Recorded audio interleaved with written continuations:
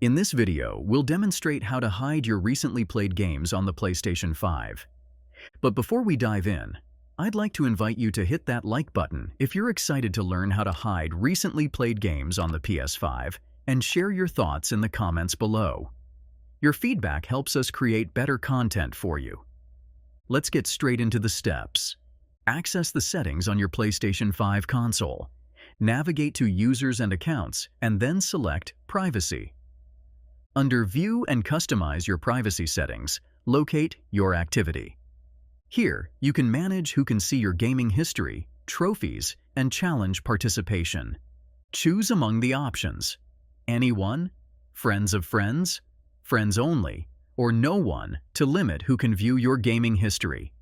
By selecting No One, your gaming history won't be visible to others. It'll display that you're online on PS5 without specifying the game being played. Additionally, you can individually hide specific games from appearing in your profile or gaming history. Go to Hide Your Games from Other Players and select the games you want to keep private. By doing this, the selected games won't be visible to others, maintaining your privacy regarding your gaming activity.